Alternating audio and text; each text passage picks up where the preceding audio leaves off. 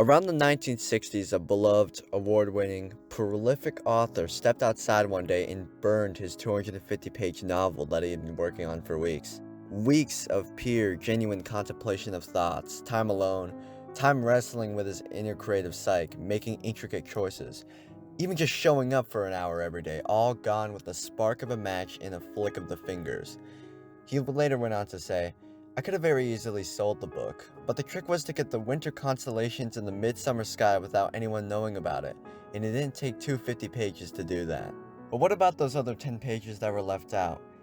Because this man had a better idea to do this premise, a short story.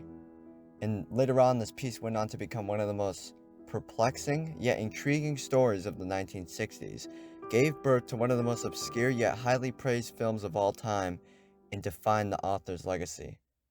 That author was John Cheever, and that short story was The Swimmer. It starts out simply enough. A man named Ned Merrill is hanging out at the Wester Hazy's green pool, said to be green because of its high iron content.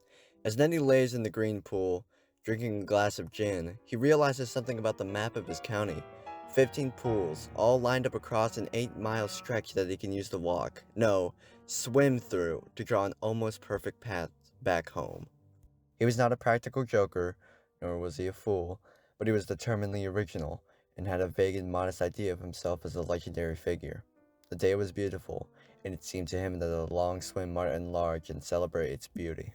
After crossing a short series of pools, the Grahams, the Hammers, the Lears, the Howlands, the Crosscumps, simply swimming across and lifting himself out every time, he ends up at the bunkers. They are throwing a party.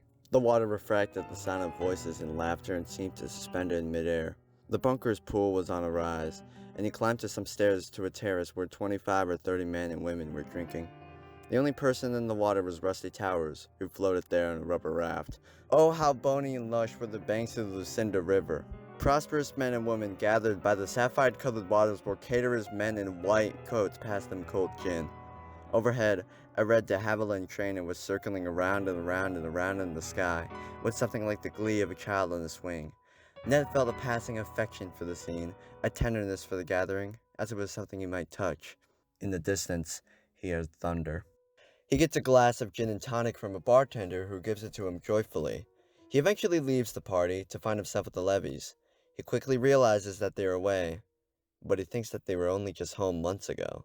After taking shelter from a storm in the levee's Japanese-themed gazebo, he passes the pasture's horse-riding ring, finding the grass mysteriously overgrown and no horses in sight. He moves along to the Welches. He finds that their pool is dry. Eventually, he makes his way to the public pool, finding it overcrowded and with too much chlorine. He gets kicked out for lacking an identification disc. He moves along to the Hallorans, local, radical reformers who have been compared to communists. Ned passes Mrs. and Mr. Halloran and strike up a conversation with them. I'm swimming across the county, Ned said. Why, I didn't know one could, exclaimed Mrs. Halloran. Well, I made it from the Wester Hazys, Ned said. That must be about 4 miles. He left his trunks at the deep end, walked to the shallow end, and swam back. As he was pulling himself out of the water, he heard Mrs. Halloran say, We've been terribly sorry to hear all about your misfortunes, Neddy. My misfortunes? Ned asked. I don't know what you mean. Why, we heard that you'd sold the house and that you're poor children. I don't recall having sold the house, Ned said. And the girls are at home. Yes, Mrs. Halloran sighed. Yes. Her voice filled the air with an unseasonable melancholy, and Ned said briskly, Thank you for the swim. Well, have a nice trip, said Mrs. Halloran. He goes over to a small house nestled in the back of the Hallorans' property, housing their only daughter and her husband, where they have their own pool. He swims in it, and by this point Ned finds himself craving a drink, so Helen, the Hallorans' daughter, recommends that he goes over to the Basringers' party next door. The pool afterwards belongs to his ex-wife, Shirley Abbott. She says that she won't even give him a single dime, despite the fact that he doesn't even ask. He begins to cry, going to his last destination, his house. He shouted, pounded on the door, tried to force it with his shoulder, and then, looking at the windows, saw that the place was empty. Now, the meaning of the swimmer isn't exactly hard to dissect. It's embedded into the plot itself. A man realizes that his reality is false, a mere orchestration of the denial of his problems. But it also shows a lot of literary quips that give it so much more depth than just a simple tale of a man realizing that he lied to himself to keep himself comfortable. Let's take a deep dive ourselves into the first paragraph and the little drop of the second. It was one of those midsummer days where everyone sits around saying, "I drank too much last night." You might have heard it whispered by the parishioners leaving church, heard it from the lips of the priest himself struggling with the cassock in the vestitorium, heard it from the golf links and the tennis courts, heard it from the wildlife preserve where the leader of the Audubon group was suffering from a terrible hangover. "I drank too much last night," said Donald Westerhazy. "We all drank too much," said Lucinda Merrill. "It must have been the wine," said Helen Westerhazy. "I drank too much of that claret." This was at the edge of the Westerhazy's pool. The pool, fed by an artesian well with high iron content, was a pale shade of green. It was a fine day. In the west there was a massive stand of cumulus clouds, so like a city seen from a distance, from the bow of an approaching ship, that it might have had a name. Lesbon. Hackensack. The sun was hot. Ned and Merrill sat by the green water, one hand in it, one around a glass of gin. It makes a metaphor, comparing the mood of the day to the disorientation of being hungover, implying that the day is rather kind of slow or even nauseous. It's a simple, relatable, yet also fundamentally eerie comparison that sets up a ton of things. For instance, the tone, which in my first read came across as kind of stark and maybe even funny, but there's also a little bit of foreshadowing and twisted irony mixed in there as well. Don't forget that second paragraph. He's literally holding a glass of gin and drinking it. This is not to say that he's literally hungover. Instead, it's Cheever's subtextual way of saying that everything is already being viewed under rose-tinted glasses. The green water is described to be fed by an artisan well with high iron content, making it that pale shade of green. Ned has one hand in it, with the other holding the glass of gin. The pool might be green as in reference to the stereotypical look of alcohol, or even the color of the gin he's drinking, just as the high iron content could be referring to the increase in iron concentration in your gut and in your liver when you drink alcohol. Most notably, those are the parts of the body that fail when affected by too much.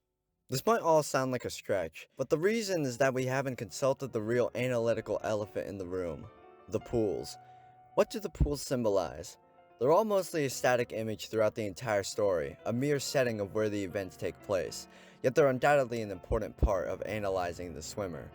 And I actually think that this one is fairly easy to solve, just when you consider what water typically represents in literature: life or rebirth. But these aren't the same idealistic themes that are dealt with in pieces like Romeo and Juliet. Here, it's more like Hamlet. The water refracted the sound of voices and laughter and seemed to suspend it in midair. The bunker's pool was on a rise, and he climbed to some stairs to a terrace where 25 or 30 men and women were drinking. The only person in the water was Rusty Towers, who floated there on a rubber raft. Oh, how bony and lush were the banks of the Lucinda River! Prosperous men and women gathered by the sapphire-colored waters where caterers' men in white coats passed them cold gin. Overhead, a red de Havilland trainer was circling around and around and around in the sky, with something like the glee of a child on a swing. Ned felt a passing affection for the scene, a tenderness for the gathering, as it was something he might touch. In the distance, he heard thunder. In the distance, he heard thunder. In the midst of all this prosperity, and party, and just general senseless fun, there's thunder. It's almost as if Ned is looking straight in the face of the future, a dark, kind of foreboding sight. Yet even so, it encompasses water. The kind of duality that the story gives water, it's more like representing change than any kind of rebirth, though rebirth is change. The truth, in other words, coming for him.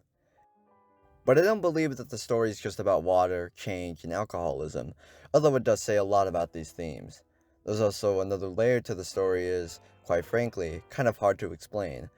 The setting of the story isn't just the pools. It's in New York, specifically Westchester County, suburban Westchester County. You probably noticed these themes of parties and alcohol and, by extension, materialism dabbled throughout the book. These are all just mere instruments to highlight the kind of pointless comfortability of our characters.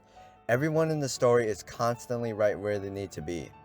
Quote from when he arrived at the bunker's party: "As soon as Enid Bunker saw him, she began to scream, 'Oh, look who's here! What a marvelous surprise! When Lucinda said that you couldn't come, I thought I'd die. She made her way to him through the crowd, and when they had finished kissing, she led them to the bar, a progress that was slowed by the fact that they had stopped to kiss 8 or 10 other women and shake the hands of many men. A smiling bartender he had seen at 100 parties gave him a gin and tonic, and Ned stood by the bar for a moment, anxious not to get stuck in any conversation that would delay his voyage. When he seemed about to be surrounded, he dove in and swam close to the side to avoid colliding with Rusty's raft.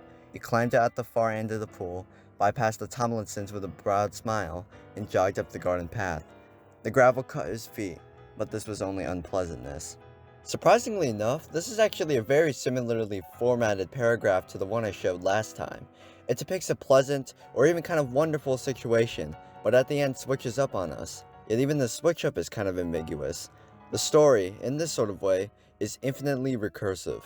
Likewise, the entirety of The Swimmer, we are presented with the prophecy of a fantastical adventure ahead of us, only for it to end in tragedy. It's a curious choice that reflects the story's never-ending sense of doom.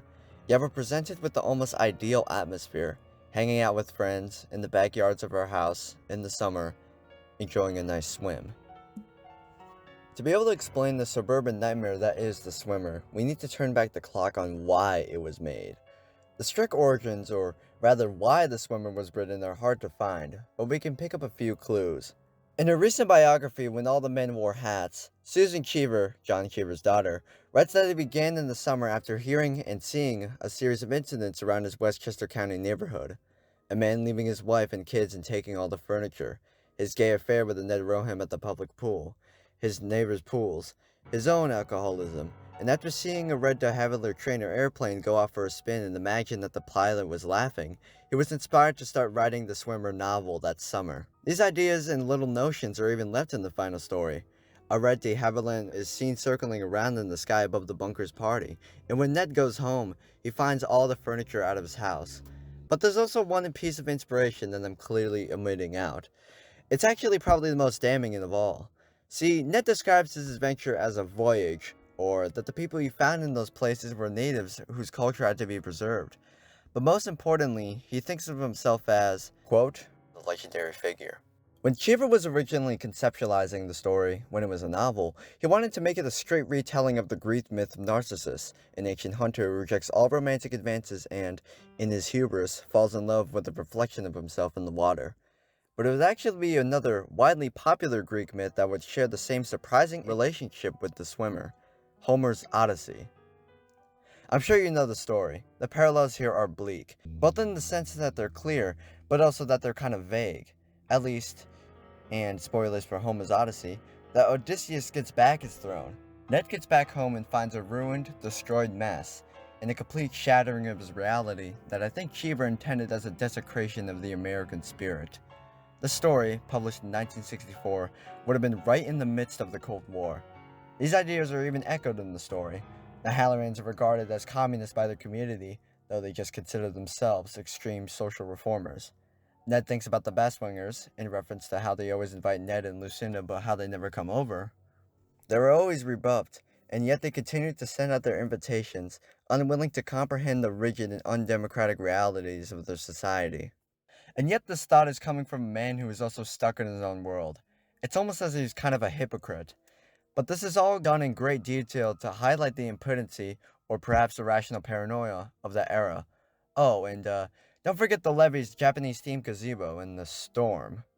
Considering this would have came right after World War II, the story could maybe be seen as a parable for America, how when it encounters a problem all it has to do is use violence, or rather the threat of violence, to neutralize it, and maybe the empty suburban house at the end is a critique for the soullessness of American culture. And that is really the essence of this story. It's a critique of America from a unique era, and yet it's often overshadowed by other literary giants that cover a lot of the same themes. And so I wanted to make this video as a way to remember this strange little piece in its original form. Because, especially with how well received the film is, it's surprising to me that the short story slipped and has continued to slip under so many people's radars, because, in my opinion, it is the most important short story of the post-World War II era, and perhaps the most unique execution of criticism towards the American dream. Thanks for watching.